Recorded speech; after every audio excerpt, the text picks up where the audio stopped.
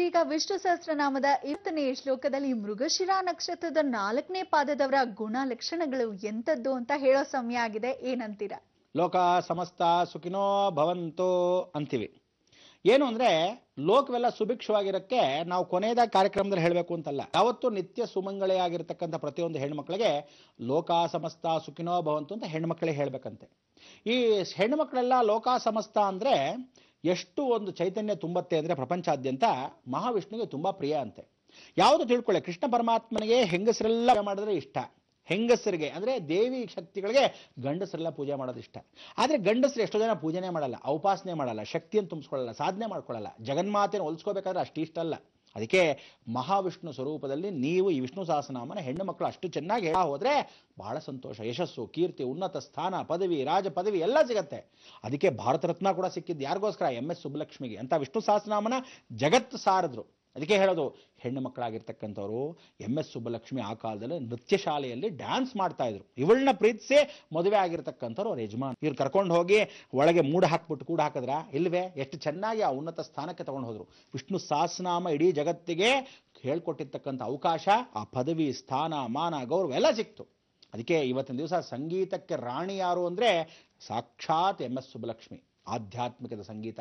ಇಂಥ ಒಂದು ಆಧ್ಯಾತ್ಮಿಕವನ್ನ ಪ್ರತಿಯೊಬ್ಬರಿಗೂ ಬರಬೇಕಾದ್ರೆ ವಿಷ್ಣು ಸಹಸ್ರನಾಮ ಸರ್ವ ವ್ಯಾಧಿ ನಿವಾರಣಾರ್ಥಂ, ಆರೋಗ್ಯ ರಕ್ಷಣೆ ಬೇಕೇ ಬೇಕು ಅಂತ ಎಷ್ಟೋ ಜನ ಹಾಸ್ಪಿಟಲ್ ಕೂಡ ದಯವಿಟ್ಟು ಹೇಳ್ತಾ ಇದ್ದೀನಿ, ಎಲ್ಲರೂ ಈ ವಿಷ್ಣು ಸಹಸ್ರನಾಮ ಶ್ಲೋಕ ಹೇಳ್ಕೊಳ್ಳಿ.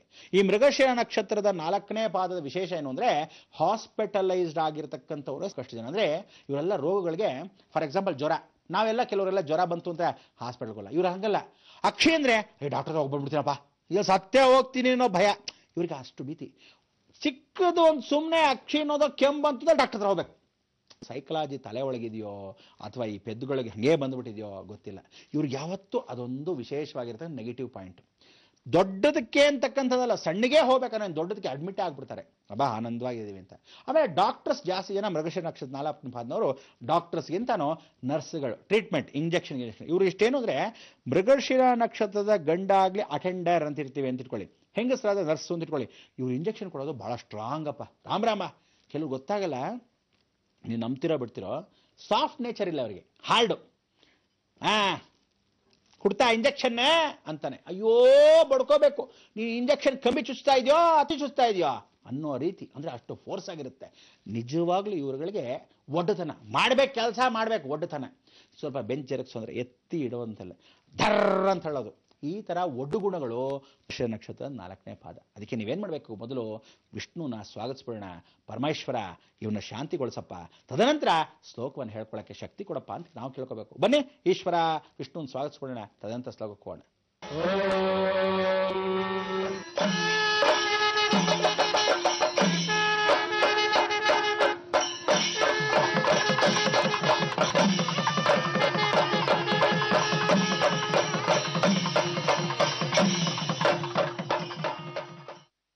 ಬಹಳ ವಿಶೇಷವಾಗಿ ಬಂದಿರತಕ್ಕಂಥ ತಾವೆಲ್ಲರಿಗೂ ಮೃಗಶಿರ ನಕ್ಷತ್ರದ ಆನಂದವಾಗಿರ್ತಕ್ಕಂಥ 4ನೇ ಪಾದಕ್ಕೆ ತಮ್ಮೆಲ್ಲರಿಗೂ ಸ್ವಾಗತ.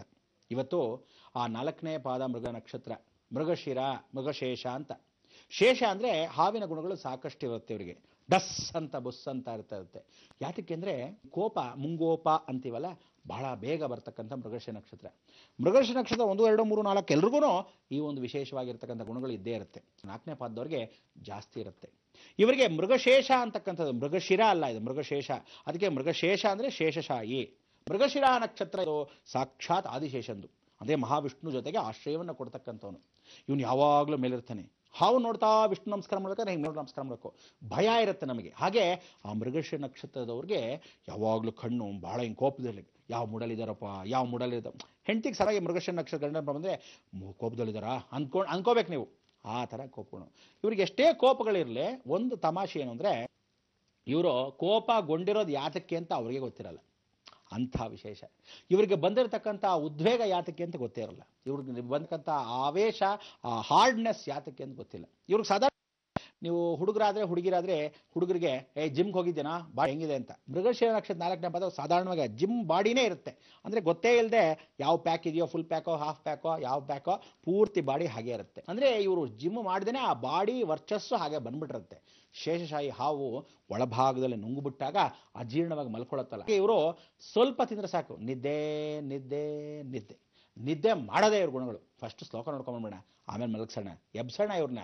ಮಲಗೋದು ಬೇಡ, ಎಬ್ಬಿಸ್ಬೇಕು. ಇದೇಳಿ ಮೇಳಕ್ಕೆ ಹಾಡು ನೋಡ್ಕೊಂಬನ್ನಿ. ಮಹೇಶ್ವಾಸೋ ಮಹೀಭರ್ತ ಶ್ರೀನಿವಾಸಃ ಸತಾಂಗತಿಃ ಅನಿರುದ್ಧಃ ಸುರಾನಂದೋ ಗೋವಿಂದೋ ಗೋವಿದಾಂಪತಿಃ. ಮಹೇಶ್ವಾಸೋ ಮಹೀಭರ್ತ ಶ್ರೀನಿವಾಸಃ ಸತಾಂಗತಿಃ ಅನಿರುದ್ಧಃ ಸುರಾನಂದೋ ಗೋವಿಂದೋ ಗೋವಿದಾಂಪತಿಃ. ಇವರಲ್ಲಿ ಯಾವತ್ತೂ ತಿಳ್ಕೊಳ್ಳಿ, ಅನಿರುದ್ಧೋ ಅಂತಕ್ಕಂಥದ್ದು ಉಸಿರಾಟಕ್ಕೆ ತೊಂದರೆ. ರಾತ್ರಿಯಲ್ಲಿ ಸ್ಲೀಪಿಂಗ್ ಮ್ಯಾಸಲ್ಸ್ ಹೇಳ್ತೀವಿ, ಅಂದರೆ ಮಲ್ಕೊಂಡಾಗ ಅಂತಿರ್ತಾರೆ, ಇಲ್ಲ ನಿದ್ದೆಲೆ ಅಂತ ಎದ್ದು ಬಿಡ್ತಾರೆ. ಅಂದರೆ ಅವ್ರಿಗೆ ಉಸಿರಾಟ ಆಲ್ಮೋಸ್ಟ್ ಕಂಪ್ರೆಶ್ ಆಗಿರುತ್ತೆ. ಈ ಥರದ್ದು ಮೃಗಶಿರ ನಕ್ಷತ್ರ 4ನೇ ಪಾದದವರಿಗೆ ದಿಢೀರಂತ ನಿದ್ದೆ ಇಲ್ಲದೆ ಇರೋದು, ಕಮ್ಮಿ ನಿದ್ದೆ ಇರತಕ್ಕಂಥದ್ದು. ಆದರೆ ಯಾವಾಗಲೂ ಎಲ್ಲಿ ಚೇರ್ ಮೇಲೆ ಕೂತ್ಕೊಂಡ್ಲೇ ಒಳ್ಳೆ ನಿದ್ದೆ, ಕೂತ್ಕೊಂಡಿರ್ತಾರೆ ನಿದ್ದೆ. ಅಂದರೆ ಇವ್ರಿಗೆ ನಿದ್ದೆ ಚಿಂತೆ ಇಲ್ದದ್ದವನಿಗೆ ಸಂತೆಯಲ್ಲೂ ನಿದ್ದೆ. ಆ ನಕ್ಷತ್ರದವ್ರಿಗೆ ಇದೇ ಪಾದ. ಅದಕ್ಕೆ ಈ ಒಂದು ನಕ್ಷತ್ರ ಪಾದ ಭೇದಗಳನ್ನ ಇಟ್ಕೊಂಡಿರ್ತಕ್ಕಂಥವರಿಗೆ ಉಸಿರಾಟಕ್ಕೆ ತೊಂದರೆ, ಹಾವು ಉಸ್ ಅಂತ. ಹಾಗೆ ಇವರಿಗೆ ಯಾವತ್ತಿದ್ರು ನಾಗಪೂಜೆಯನ್ನು ಮಾಡ್ಕೊಳ್ಳೋದು ಉತ್ತಮ. ಈ ಶ್ಲೋಕದ ಜೊತೆಗೆ ನಾಗಪೂಜೆಯನ್ನು ಮಾಡ್ಕೊಂಡ್ರೆ ಬಹಳ ವಿಶೇಷ. ಇವ್ರು ಏನು ಮಾಡಬೇಕು, ಹಸುವಿನ ಹಾಲನ್ನ, ಹಸಿ ಹಾಲನ್ನ ಯಾವತ್ತು ಸೃಷ್ಟಿಗೆ, ಪ್ರತಿ ಸೃಷ್ಟಿಗೆ ಜ್ಞಾಪಕ ಇಟ್ಕೊಳ್ಳಿ, ಹೋಗ್ಬಿಟ್ಟು ಸುಬ್ರಹ್ಮಣ್ಯನಿಗೆ ಅಭಿಷೇಕ ಕೊಡಬೇಕು. ಇಬ್ಬರು ಹೆಂಡ್ತಿರೋ ಸುಬ್ರಹ್ಮಣ್ಯನಿಗೆ, ಇಲ್ಲ ಬರೀ ಸುಬ್ರಹ್ಮಣ್ಯ ಕೊಟ್ಟರು ಆಯಿತು. ಇಲ್ಲ ಹಸಿ ಹಾಲನ್ನ ತಗೊಂಡು 1 ಚೊಂಬು ನೀರು ತಗೊಂಡು ಹಳ್ಳಿಕಟ್ಟೆ ಮೇಲೆ ಇರ್ತಕ್ಕಂಥ ನಾಗಶೇಷಗಳು ಏನಿರುತ್ತೆ ಕಲ್ಲುಗಳು ಚೆನ್ನಾಗಿ ಕೈಯಲ್ಲಿ ಉಜ್ಜಿ ತೊಳಿಬೇಕು ಫಸ್ಟು. ಆಮೇಲೆ ಇನ್ನೊಂದ್ಸಲಿ ಚೊಂಬಲ್ಲಿ ನೀರು ಹಾಕ್ಬಿಟ್ಟು ಮುಗಿಸ್ಬಿಡ್ಬೇಕು.